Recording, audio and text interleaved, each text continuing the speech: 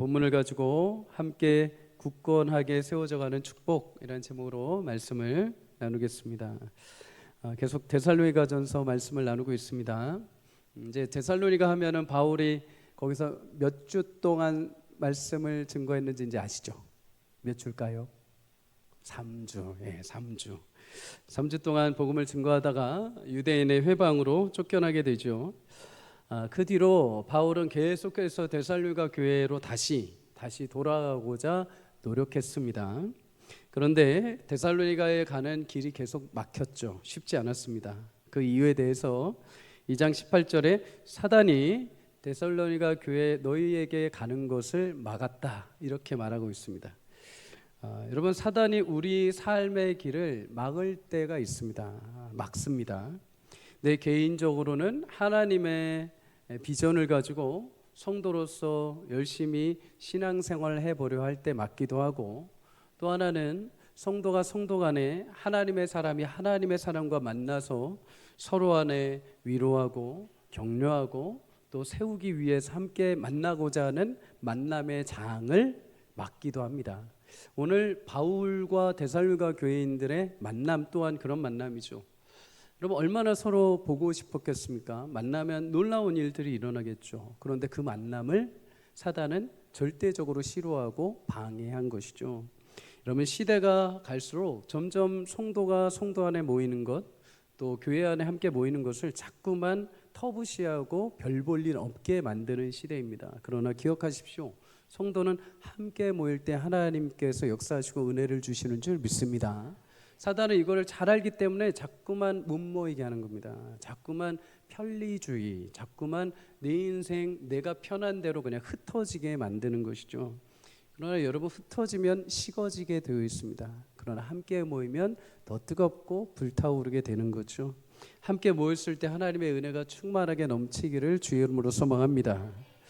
사단이 그렇게 장애물처럼 계속해서 바울이 데살로니가 교회를 가는 것을 막았습니다. 그죠? 그런데 우리가 기억해야 할 것이 있죠. 사단이 아무리 장애물처럼 바울의 일정, 하나님의 일을 막는다 하더라도 하나님은 그 장애물을 넘어서 역사하시고 완성하시는 분인 줄 믿습니다. 은혜의 문이 닫힌 줄 알았는데 열어 가시는 거죠. 바울은 사단이 데살로니가 행을 막는다는 것을 분명히 알았습니다. 하지만 거기서 포기하지 않았죠. 하나님이 주시는 지혜로 다른 방법으로 데살로니가 교인들과 접촉을 하게 됩니다. 그게 어떤 방법이냐? 1절에서 2절에 보면 참다 못하여 아덴의 바울은 실라와 함께 머물기를 좋아하고 결정하고 대신에 영적 아들인 디모데를 데살로니가에 보내기로 결정을 한 것입니다. 데살로니가 교인들을 그냥 내가 갈 수 없으니까 포기해야지라고 하다가도 너무 그 안에서 교인들을 향한 사랑, 애정, 이 마음이 불같이 일어나서 이걸 억누를 수 없다 보니까 자신에게 가장 귀한 동역자고 지금 자신 옆에 가장 필요한 디모데임에도 불구하고 그 디모데를 데살로니가의 목회자로 보낸 것이죠. 여러분, 사랑하는 마음이 있다면 어떻게 해서든 방법을 다 찾게 되어 있습니다.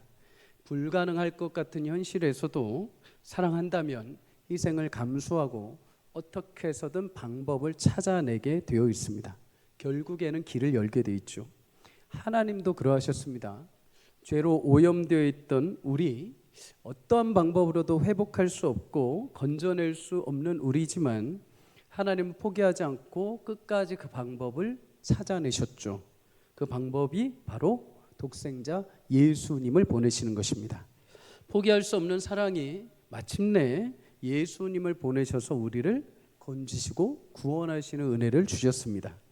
에베소서 2장 2절은 말하죠. 그때 우리는 세상 풍조를 따르는 공중권세 잡은 자를 따르는 자들이다 이렇게 말합니다. 공중권세 잡은 자, 사단의 종노릇, 사단에 매여서 사는 인생들이었다는 거죠. 사단의 손아귀에 매여서 벗어날 수 없는 것이 우리의 운명이었습니다. 로마서 5장 8절도 말합니다. 우리가 아직 죄인 되었을 때 우리가 스스로 이 죄를 깨닫지도 못하고 스스로 이 죄를 해방할 수도 없는 아무런 능력이 없는 그때에 하나님은 포기하지 않으시고 유일한 방법인 예수님을 보내시어 우리를 구원하시는 은혜를 주셨습니다. 사랑하는 성도님들, 여러분이 이렇게 포기할 수 없는 하나님의 위대한 사랑을 받는 존재라는 사실을 꼭 기억하시기를 주의 이름으로 축복합니다. 그런 사실을 우리가 믿고 확신한다면 믿음을 지키려 할 때마다 사단이 우리 가운데 찾아오는 장애물이 있을 때마다, 고난이 있을 때마다 어떻게 우리가 쉽게 낙심할 수 있겠습니까? 어떻게 우리가 쉽게 그냥 포기해 버릴 수 있겠습니까?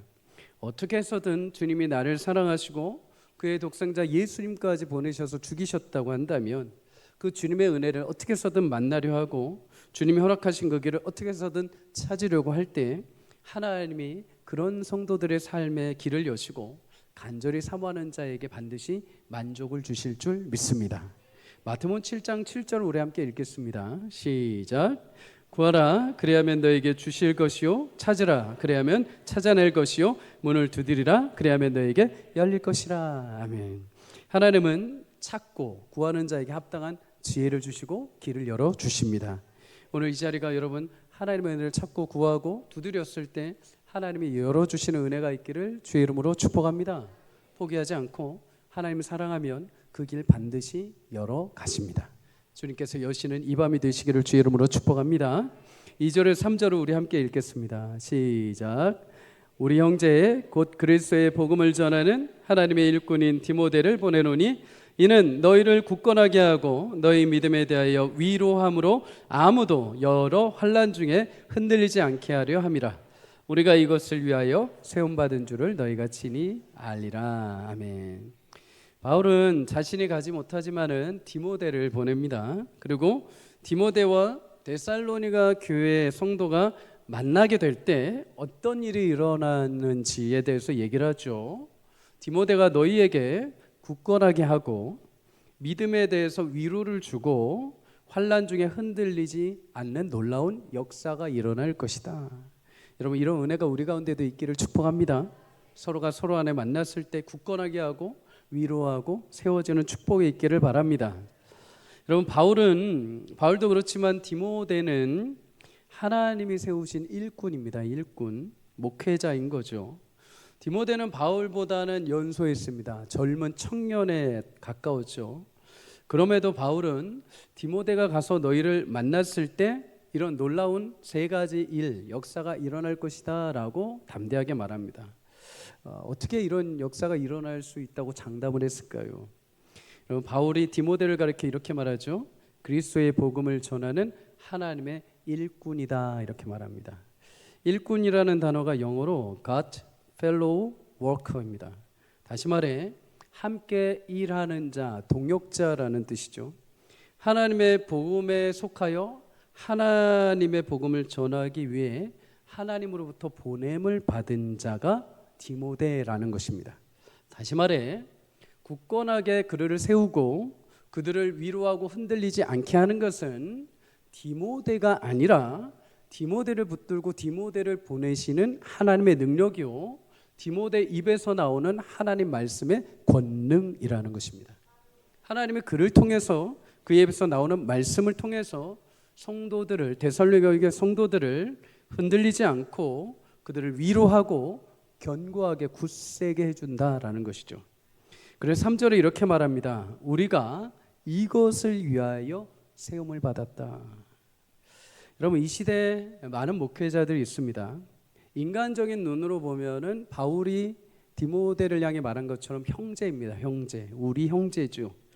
외적인 눈으로 봤을 때는 나이도 연소하고 이제 막 시작하는 목회자요, 바울에 비해서는 부족할 수 있습니다. 그런데 하나님이 그렇게 세우신 일꾼들을 보내셔서 말씀의 능력으로 교회와 성도를 굳건하게 하시고 위로하시고 흔들리지 않게 하시는 귀한 은혜를 주시는 줄 믿습니다. 그렇게 하기 위해서 일꾼을 세우셨다라고 말하는 거죠. 여러분, 저뿐만 아니라 우리 부목사님들, 전도사님들 누구라도 여러분이 만났을 때 하나님께서 그의 입에서 나오는 말씀을 통해서 여러분을 굳건하게 하시고 믿음에서 위로를 주시고 또 여러분을 세워주시는 놀라운 은혜가 있기를 주의 이름으로 축복합니다. 예전에 어머니 세대를 기억하면 항상 학교 끝나고 집에 가면 이렇게 목사님하고 교육자분들하고 권사님들하고 이렇게 둘러앉아서 항상 신방 예배를 항상 하는 거를 자주 목격을 했습니다. 그러면 이제 방에 들어가서 이제 가만히 있다가 얘야 목사님 가신다면 이제 나와서 인사하고 이제 남아 있는 그 간식 과일을 이제 먹는 게 낙이었죠. 그렇게 신방이 자주 있었습니다. 신방은 한자로 마음심 찾아갈 방이라는 의미죠. 마음을 찾아간다라는 의미입니다. 마음을 살피러 간다 이런 의미죠.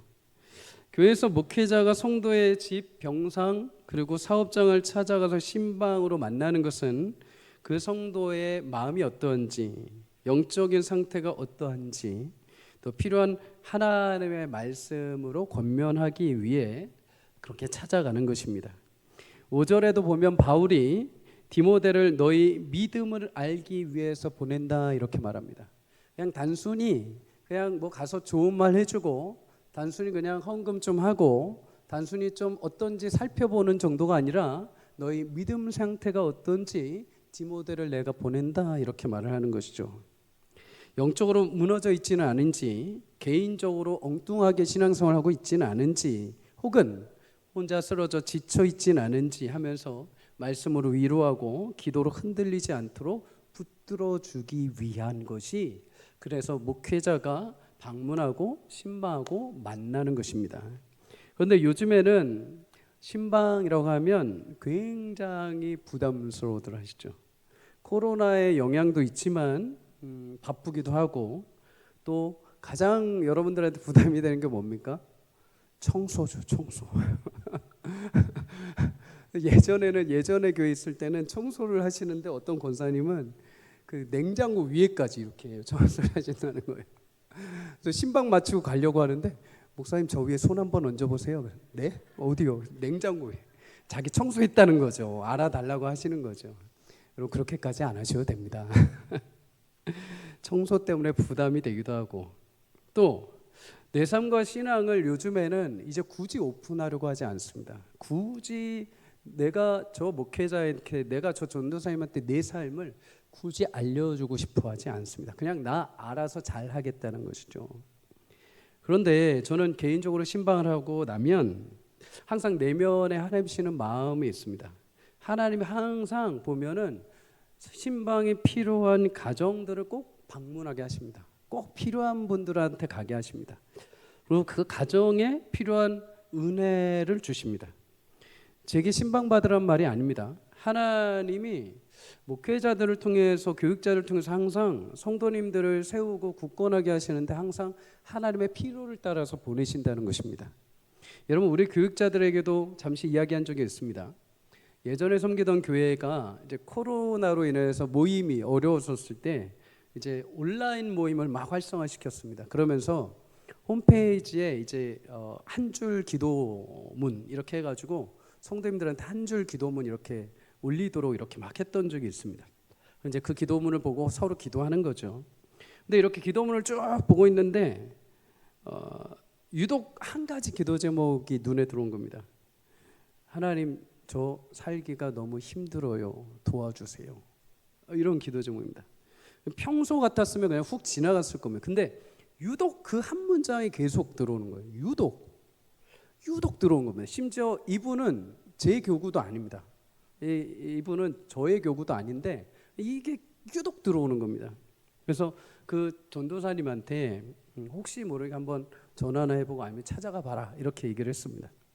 나중에 알고 보니까 그 성도님 죄송하지만은 그 성도님의 남편이 큰 실수로 인하여서 이혼의 위기가 처한 겁니다. 근데 이 여자 성도님이 이 이혼의 위기를 감당하기가 너무 힘들어서 죽고 싶은 마음까지, 죽고자 하는 결정까지, 직전까지도 간 것이죠. 때마침 이제 교구에서 신방을 하고 가서 말씀으로 위로하고 권면하면서 이제 기도 제목을 나누면서 회복이 된 것이죠. 여러분 가끔씩 이런 경험들을 합니다. 개인적으로 그러면 안 되지만 바쁘다는 핑계로 이 신방은 지금 가면 내가 너무 시간이 좀 그런데 그 설교 준비하고 이거 준비하는 너무 바쁜데 막 이럴 때가 있습니다. 그런데 항상 부교육자 때부터 항상 경험해 왔던 겁니다. 막 바쁘고 막 정신이 없습니다. 그런데 항상 그 신방 여전사님들이 항상 가자고 할 때 항상 그 하나님의 사인으로 듣고 항상 갔습니다. 가보면 제가 뭔가를 준비하는 시간보다 그 영혼을 살리는 놀라운 하나님의 은혜들이 있더라고요. 하나님께서 그렇게 역사하십니다. 그런데 그게 어떤 전도사님의 촉이라든지 교육자들의 어떤 감동이라든지 그게 아니라 하나님이 그들에게 특별하게 마음을 주셔서 찾아가게 하시는 거죠. 일꾼이 되게 하셔서 찾아가게 하시는 겁니다. 그래서 그를 돌보게 하시고 그를 살리시고 그를 회복하시는 것입니다.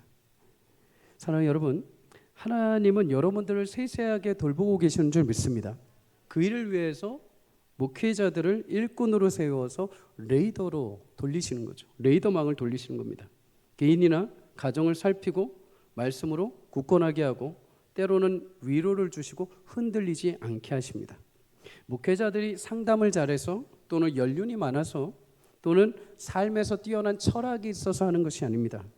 하나님이 말씀을 주시고 그 말씀으로 성도들을 살리도록 보내셨기 때문입니다. 물론 여러분 같이 밥을 먹고 같이 좋은 데 가서 놀고 같이 차 마시고 이런 것들로 개인적으로 목회자들과 친분을 쌓을 수 있을지 모릅니다. 하지만 목회자들에게 더 중요한 것은 하나님 말씀을 통해서 성도들의 영적인 부분이 어떤지를 확인하고 위로하고 권면하고 살리는 것에 있는 줄 믿습니다. 목회자들을 그렇게 사용하기를 주의 이름으로 축복합니다. 굳이 여기저기 놀러 가거나 여기저기 먹는데 안 들어가셔도 됩니다. 이들이 세워진 이유는 하나님이 내 영혼을 점검케 하시고 내가 무너졌을 때 이렇게 세우고 내가 잘못된 길로 간다면 주의 말씀을 훈계하고 나를 늘 언제나 이들을 통해서 레이더망처럼 나를 돌보신다는 사실을 기억하시며 여러분 저뿐만 아니라 우리 교회 모든 교육자들을 통해서 하나님의 말씀이 대면되고 여러분이 위로를 얻고 굳건해지고 놀랍게 세워지는 축복이 있기를 주의 이름으로 소망합니다. 그렇다고 또 이렇게 말했다고 내일부터 교육자들 또 밥 먹자고 안 하자고 하지 마시고 맛있는 거 있으면 대접해 주십시오. 여러분 바울이 목회자 디모데를 보낸 것은 데살로니가 교회를 향한 뜨거운 사랑이 있었기 때문입니다. 사랑. 그런데 여기 한 가지 이유가 더 있습니다. 5절에 이렇게 말합니다. 5절 함께 읽을게요. 시작. 이러므로 나도 참다 못하여 너희 믿음을 알기 위하여 그를 보내었노니 이는 혹 시험하는 자가 너희를 시험하여 우리 수고를 헛되게 할까. 바울은 믿음에 분투하고 있는 성도들을 시험하는 자고 사단의 유혹으로 인해서 데살로니가 성도들이 믿음에서 돌아설까 봐 염려된 마음으로 디모데를 보냅니다. 바울은 이미 사단의 시험을 많이 받았죠. 복음을 전하고 가는 곳곳마다 고난과 핍박을 받았습니다. 도전이 있었습니다. 심지어 데살로니가 교회로 다시 방문을 하고자 해도 사단이 막아서는 시험까지도 받았습니다. 그리고 이러한 사단의 시험에 이제 예수님을 이제 믿기로 시작한 데살로니가 교회 성도들에게도 동일하게 찾아온 것을 바울은 알고 있었던 거죠. 여러분 우리가 시험을 받는 것은 죄가 아닙니다. 시험이 내게 찾아온 거 결코 죄가 아닙니다. 그럼에도 시험하는 자는 시험하러 찾아오는 자는 성도이건 믿음이 강하건 약하건 오래 신앙생활을 했건 안 했건 데살로니가 교인들처럼 이제 막 신앙을 시작한 초신자라 하더라도 누구라도 예외 없이 시험으로 찾아옵니다. 우리는 항상 이런 영적 싸움에 노출되어 있다는 사실을 꼭 기억해야 될 줄 믿습니다. 시험하는 자, 유혹하는 자, 최종적인 목적은 딱 하나입니다. 모든 수고를 헛되게 만들어 버립니다. 지금까지 하나님 앞에 신실하게 믿음을 지켜오고 하나님 앞에 복음에 붙들려서 열심히 살아온 신앙생활마저도 단 한 방에 그 시험 때문에 무너지게 만드는 것이죠. 여러분 교회가 세워져 오는 거는 수십 년이 걸립니다. 우리 교회도 50년의 시간이 걸려왔죠. 근데 여러분 교회가 한 번 무너지는데 몇 개월 안 걸립니다. 한 달도 안 걸립니다. 단 2주 3주면 교회 확 무너질 수 있습니다. 그걸 경험했던 사람이기도 합니다. 우리 신앙도 마찬가지입니다. 하루하루 하나님 앞에 기도하고 믿음의 신앙과 연단과 훈련으로 잘 쌓아오던 인생이 한 번에 훅 해가지고 믿음의 시험 때문에 나락으로 떨어지는 사람들도 있습니다. 그러니 우리는 이 영적인 싸움에서 항상 긴장하고 항상 이 시험에 무너지지 않도록 우리의 믿음을 하나님 앞에 집중하고 조명해야 될 줄 믿습니다. 사단의 시험은 항상 실망하게 만들고 복음에서 떠나게 하는 게 최종 목적입니다. 그가 얼마나 신앙생활 잘해왔든, 얼마나 봉사를 망해왔든, 얼마나 헌금을 많이 해왔든 그 상관없습니다. 마지막 결국에는 영광스러운 자리에만 못 올라가게 하면 됩니다. 내가 70년 동안 아무리 신앙생활해도 마지막 하나님 앞에서는 그 1년 동안 확 무너뜨리면 끝장나 버리는 거죠. 여러분, 사람은 사실 지는 거를 싫어합니다. 그죠? 여러분 다 모두가 아마 지는 거 별로 안 좋아하실 겁니다. 내가 아니더라도 내 자식이라면 더 그러겠죠.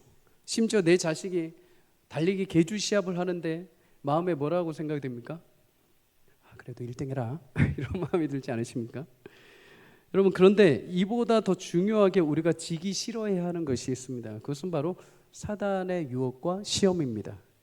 세상에 지는 것은 자존심 상해하고 기분 나빠합니다. 내 자식이 어떻게 해서든 이기길 바라죠. 그런데 우리는 사단에게 지는 것은 너무나 관대합니다. 사단에게 내 영혼이 무너지는 것은 너무나 무감각하게 너무 쉽게 내어줍니다. 사단의 유혹을 받고 넘어지는데 그냥 아무렇지 않게 그냥 넘어져 버립니다. 저도 안 져도 그렇게 생각합니다. 여러분, 그러나 성경은 성도에게 결코 영적 전투에서 물러서지 말라고 합니다. 야고보서 4장 7절에 너희는 하나님께 복종할지어다 마귀를 대적하라 라고 말합니다. 마귀의 유혹받아 넘어지지 말고 마귀를 대적하라. 여러분, 고난 가운데서도 결코 마귀에게만은 무너지지 말라는 것입니다. 고난이 분명히 찾아옵니다. 신앙생활 하다가 여러분 어려움이 찾아옵니다. 여러분, 고난과 시험을 분리하셔야 됩니다. 고난은 누구에게나 찾아올 수 있습니다. 예수님을 믿어도 건강 잃을 수 있고, 의도치 않은 일이 발생하고 핍박이 오고 자녀들이 잘못될 수도 있습니다. 그런데 그 고난의 현장 가운데 뭘로 사단이 찾아옵니까? 시험으로 찾아오는 거죠. 그 현상을 가지고 시험해 옵니다. 네가 더 열심히 안 해서 그래. 네가 그렇게 기도 안 해서 그래. 네가 그렇게 기도했는데 도대체 하나님 지금 뭘 하신 거야? 하나님이 책임져 주신다고 웃기지 마. 그 상황을 가지고 시험을 해오는 것이죠. 여러분, 이때 우리가 이겨낼 수 있는 방법, 오늘 대살과 교인들을 통해서 얻을 수 있는 것 두 가지가 있습니다. 첫째는 하나님에 대한 믿음을 견고하게 세우시기를 주의 이름으로 축복합니다. 6절에 이렇게 말합니다. 디모데로부터 소식을 들었는데 너희가 믿음을 지키고 있다는 소식을 내가 들었다. 이렇게 말합니다. 믿음이라는 것은 하나님을 향한 것입니다. 사람을 향한 것이 아니라 하나님을 향한 것. 어떤 환경에서도 나를 지키시는 하나님, 나의 인생을 온전케 하시고 고난이 찾아와도 그 고난마저도 아름답게 합력하여 선을 이루실 하나님이라는 것을 믿고 확신할 수 있기를 주의 이름으로 축복합니다. 하나님을 향한 믿음이 흔들리지 않기를 주의 이름으로 축복합니다. 목회자가 말씀을 준비할 때 가장 찾아오는 영적인 도전이 무엇인지 아십니까? 나 자신도 그런 시험 가운데 있습니다. 나 자신도 지금 이 말씀이 도저히 내 영혼이 용납될 수 없을 만큼 무너져 있는 현실 속에서 하나님의 말씀으로 도전해 오십니다. 꼭 그럴 때마다 부담스러운 말씀으로 찾아오십니다. 그러면 마음이 어떤 마음이 드느냐? 하나님, 저도 지금 이게 감당이 안 되는데 이거를 선포한다고 성도들이 이거를 믿음으로 받아들일 수 있겠습니까? 라는 아주 교묘하고 불신의 유혹의 마음이 훅 들어온다는 것이죠. 그럼에도 전하는 자는 믿음을 붙들고 그냥 선포하는 것입니다. 내 생각, 내 감정, 내 처지에 매여 있는 것이 아니라 앞서가시는 하나님이 그렇게 하신다고 하신다면 전하는 자마저도 그렇게 무너져 있을지라도 하나님이 그렇게 하실 줄 믿고 선포할 때 듣는 성도들뿐만 아니라 전하는 자도 전하는 동안에 하나님이 위로하시고 회복하시는 역사를 주시는 줄 믿습니다. 여러분, 끝까지 하나님 편에 서기를 주의 이름으로 축복합니다. 마음이 무너지고 불신이 찾아올 때 그 상황과 현실 가운데 그거를 타협하고 내 것으로 삼지 마시고 하나님이 뭐라고 하시는지 말씀을 찾아보십시오. 하나님이 내게 이 상황에서 뭐라고 하시는지 말씀을 두드려 보십시오. 내가 읽었던 말씀, 내가 잘 알지 못하지만은 창세기라도 찾아보고 마태복음이라도 찾아보고, 내가 좋아하는 말씀이 있으면 그 말씀이라도 찾아보고, 그 말씀을 내 영혼에게 먹이십시오. 가만히 있지 말고 내 영혼에게 계속 먹이십시오. 10번이라도 20번이라도 30번이라도 50번이라도 계속 내 영혼에게 그 말씀을 먹이십시오. 그러면 어느 순간 내 영혼이 그 시험에서 벗어나 있습니다. 그거는 내가 주술로 말씀을 읽은 것이 아니라 말씀의 능력이 있기 때문입니다. 말씀을 우리가 붙든다는 것은 그런 것입니다. 붙든다는 것, 의지한다는 것은 원어적으로 기댄다는 것입니다. 내가 지금 환경과 상황에 기댈 수밖에 없는 처지이죠. 이 일 때문에 지금 무너질 것 같고 이쪽으로 구부려질 것 같은데, 그럼에도 불구하고 하나님 말씀을 주신다면 내가 이쪽으로 안 쏠리고 이쪽으로 기대 보겠다는 거죠. 이쪽으로 내가 하나님 편에 서겠습니다. 여러분, 하나님 편에 설 수 있기를 주 이름으로 축복합니다. 그럴 때 내 영혼이 그 말씀 안에 주시는 능력으로 회복되고 변화되는 놀라운 은혜를 경험하게 될 줄 믿습니다. 두 번째로 여러분, 사랑을 끝까지 붙들어야 됩니다. 디모데를 통해 듣게 된 소식은 고난 가운데 데살로니가 교회가 끝까지 서로 사랑으로 하나 되었다라는 것입니다. 사랑의 기쁨이 넘쳤다는 거죠. 여러분, 믿음은 하나님을 향한 것이요, 사랑은 성도 간에 행하는 것입니다.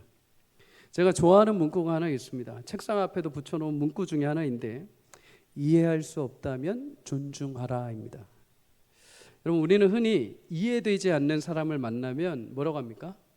저 사람 왜 저래? 어떻게 인생을 저렇게 살아왔어?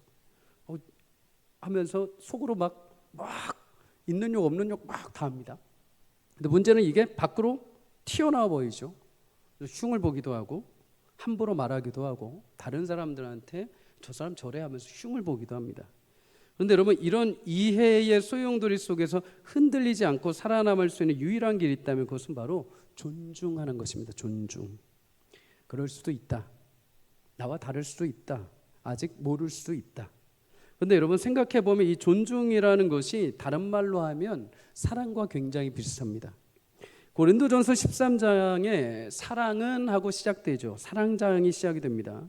근데 이 사랑은 하고 정의를 내릴 때 가장 먼저 나오는 게 있습니다. 사랑은 오래 참고입니다. 오래 참고. 그리고 사랑의 마지막에 나오는 단어가 있습니다. 사랑은 견디느니라, 이렇게 말합니다. 참고 견디는 것, 상대방을 존중해 주는 것이죠. 이해해 주는 것입니다. 그래서 여러분, 성경에서 말하는 사랑은 감정이 아닙니다. 희생과 나의 의지입니다. 데살로니가 교인들은 자신들의 개인적인 환경과 상황에 단순히 감정적으로 대입했다면 결코 사랑할 수 없습니다. 지금 핍박이 오는데요, 지금 환난이 당했는데요, 절대 감정적으로 사랑할 수 없죠. 그런데 하나님을 향한 믿음으로 붙들 때, 하나님이 우리 인생을 돌보시고 이런 고난 가운데서도 우리를 온전케 하신다는 믿음의 확신이 주어지며 주님의 사랑을 의지적으로 함께 나누고 격려할 때 그 안에 여러분, 고난을 통해서 오는 핍박의 눈물과 아쉬움과 애통이 아니라 오히려 기쁨이 가득했다라고 성경이 말합니다. 자, 여러분, 사랑은 또 다른 사랑을 남게 됩니다. 그래서 사랑이 있는 곳에는 항상 기쁨이 넘치게 되죠. 우리 안에 이런 사랑이 넘치기를 주의 이름으로 축복합니다. 사단의 시험과 유혹 가운데 이길 수 있는 것은 사랑의 띠로 두르는 것입니다. 그 띠를 두르기 위해서는 사랑을 의지적으로 행해야 됩니다. 여러분, 우리가 왜 사랑장에 나온 줄 아십니까? 왜 사랑장에 나온 줄 아십니까? 인간은 가만히 놔두면 원래 비난합니다. 인간은 가만히 놔두면 원래 이해할 수 없어서 비판합니다. 그런데 거기에 사랑장을 딱 집어넣으셔서 사랑으로 참고 견디고 인내하라, 의지를 가지고 그렇게 하라는 것이죠. 그랬을 때 그 안에 하나님이신 위로와 기쁨이 넘치는 것입니다.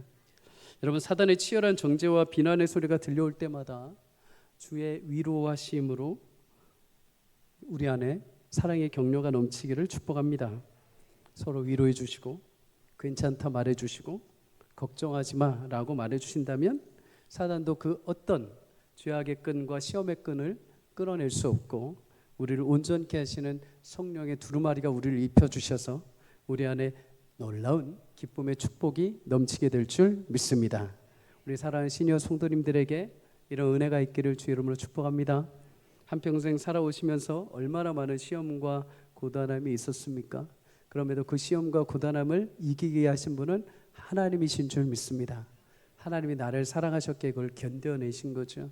그 사랑을 이제 우리 후배 귀한 성도님들에게, 우리 귀한 자녀손들에게 함께 흘려 보내실 때 우리 교회가 사랑의 공동체가 되는 놀라운 축복이 있기를 주의 이름으로 소망합니다. 마지막으로 한 가지 교훈이 있습니다. 여러분, 하나님은 이렇게 교회를 위해서 일꾼을 보내시고 시험하는 자의 손에서 건지시는 은혜를 주십니다. 그러면 교회를 위해서 보냄받은 일꾼들, 목회자와 같은 사람들은 도대체 어디에서 위로를 받을 수 있을까요? 오늘 7절을 함께 읽어보겠습니다. 시작. 이러므로 형제들아, 우리가 모든 궁핍과 환난 가운데서 너희 믿음으로 말미암아 너희에게 위로를 받았노라. 아멘. 바울 정도면 흔히 우리가 이렇게 생각합니다. 바울은 위대한 사도니까 사람의 위로, 공동체의 위로는 필요 없을 거야. 오직 하나님으로부터만 위로를 받으니까 필요 없을 거야 라고 생각할 수 있습니다. 근데 오늘 바울이 그렇지 않다고 합니다. 바울은 데살로니가 교회 성도들의 믿음의 모습이 자신에게 큰 위로가 되었다라고 말합니다. 여러분, 바울도 복음을 전하는데 처절한 영적인 전투를 하고 씨름하고 있었습니다. 혼자서 씨름할 뿐만 아니라 실라와 디모데와 함께 씨름하고 있었죠. 여러분, 이 가운데 위로가 되는 것, 물론 실라와 디모데라는 동역자, 목회자의 동역자들이 주는 위로와 격려도 있었지만 본질적으로 더 큰 위로는 자신의 복음을 전한 교회의 믿음의 성장의 모습을 통해서 위로를 받았다라고 말합니다. 믿음의 성숙을 이룬 데살로니가 교회의 성도들 보면서 바울은 너무나 큰 위로와 격려를 받은 거죠. 어느 정도까지였나? 8절에 보면 우리가 이제 살리라. 쉽게 말해서 이제 살 것 같다, 이렇게 말하는 겁니다. 보람이 있다는 것이죠. 여러분, 목회자의 가장 큰 위로는 뭘까요? 물론 목회자들에게 간식도 주시고 식사도 대접해 주시고 지원해 주시는 건 너무나 큰 위로입니다. 그런데 가장 큰 위로는 성도님들 한 분 한 분이 말씀 앞에 온전하여지는 것, 하나님을 이전보다 더 뜨겁게 사랑하고 진실함으로 예배하고 기도의 뜨거운 역사를 통해서 하나님 손에 붙들려 살아가는 모습이 보일 때 목회자는 그것이 가장 큰 위로가 됩니다. 가장 큰 위로. 때로 저도 성도님들 통해서 위로를 받습니다. 최근에 어떤 성도님이 개인적으로 맡겨진 일이 있었다고 해요. 그런데 이번에는 그거를 안 하고 싶었답니다. 피곤도 하고 그거 맡으면 머리 쓸 일도 많고 머뭇거리고 있었다고 합니다. 그런데 몇 주 전에 설교를 듣고 구경꾼이 되면 안 되겠다, 내가 참여자가 되어야겠다 하면서 마음을 바꾼 거죠. 순종함으로 그 일을 기쁘게 감당했다고 합니다. 여러분, 그분이 그 일을 한다고 해서 제가 개인적으로 이득을 보거나 그 일을 해서 거기서 나온 어떤 콩고물이 저한테 떨어지거나 그런 건 없습니다. 그런데 마음이 어찌나 기쁘던지요. 하나님이 여전히 말씀으로 성도님들 안에 일하고 계시는구나. 여전히 하나님 앞에, 바알 앞에 무릎 꿇지 않은 7,000명이 남아있는 것처럼 우리 성도님들 하나님의 말씀을 어떻게 해서든 지키려고 귀히 여기고 순종함으로 삶 속에서 그거를 살아내려고 몸부림치고 계시는 분들이 아직 많이 계시는구나. 이게 저에게는 굉장히 큰 위로가 되었습니다. 여러분, 이런 것이 하나님의 일꾼들에게는 위로이고 또 새롭게 달려갈 힘이 된다는 사실을 꼭 기억하시기를 주의 이름으로 축복합니다. 사랑하는 여러분, 교회 안에는 이렇게 서로 안에 성도가 만날 때, 성도가 목회자가 만날 때마다 하나님이 주시는 위로와 은혜가 충만하게 넘치게 되는 줄 믿습니다. 근데 우리는 이런 기대들이 어느 순간 다 사라져 버렸습니다. 코로나라는 핑계, 이름이라는 핑계를 하나 대고 어느 순간부터는 영적인 교제, 진실함의 교제가 다 사라지고 형식적인 모형들만 남아 있어 버릴 때가 있습니다. 교회의 여러 과거의 상처, 아픔들 때문에 더 이상 다가갈 수도 없고 다가올 수도 없고 더 이상 신뢰하지도 않고 신뢰를 받으려 하지도 않는 그런 아픔의 모습들이 교회 안에 있다는 것이죠. 사랑하는 여러분, 오늘 이 저녁에 함께 기도할 때 하나님께서 우리 안에 모든 신뢰를 회복하시고 하나님 주신 귀하게 성도와 성도의 만남 가운데 주시는 위로와 세움, 목회자와 성도가 만났을 때 서로 안에 주시는 위로와 세움이 회복되기를 주의 이름으로 축복합니다. 그리스도 예수 안에서, 그래서 에베소 2장 22절은 말합니다. 함께 지어져 간다라고 말합니다. 함께. 누군가가 높아 혼자서 지어져 나가는 게 아니라 모두가 함께 그렇게 지어져 가는 것이죠. 유치부에서, 유초등부에서, 초등부, 고등부, 중등부, 청년부, 우리 귀한 중반에 있는 성도님들, 시니어까지 싹 다 해서 하나님 안에서 그렇게 지어져 가는 것입니다. 거기에 더해서 목회자까지 함께 지어져 가는 것이죠. 여러분, 그리스도 안에서 함께 그렇게 지어져 가는 은혜가 있기를 주의 이름으로 소망합니다. 우리 여전히 공사 중입니다. 여전히 계속 우리 지어져 가고 있는 것입니다. 그러니 지금의 모습 때문에 낙심하지 마시고, 지금 모습 때문에 포기하지 마시고, 더 하나님 말씀 앞에, 더 하나님 주시는 말씀의 은혜가 내 안에 차고 우리 안에 차고 넘치기를 사모하면서 한 걸음씩 더 성장해가는 은혜가 있기를 주의 이름으로 축복합니다. 그것이 교회 공동체에게 주신 아름다운 영광이고 신비로운 능력이고 하나님이 교회에게만 주신 특권임을 기억하시기를 바랍니다. 그래서 우리 교회가 서로 안에 더욱더 세워지고 믿음 안에 흔들릴 때마다 굳건하게 붙들어주면서 하나님의 사랑, 주님을 향한 믿음이 아름답게 흘러넘치는 복된 귀한 교회가 되는 은혜가 있기를 주의 이름으로 간절히 소망합니다.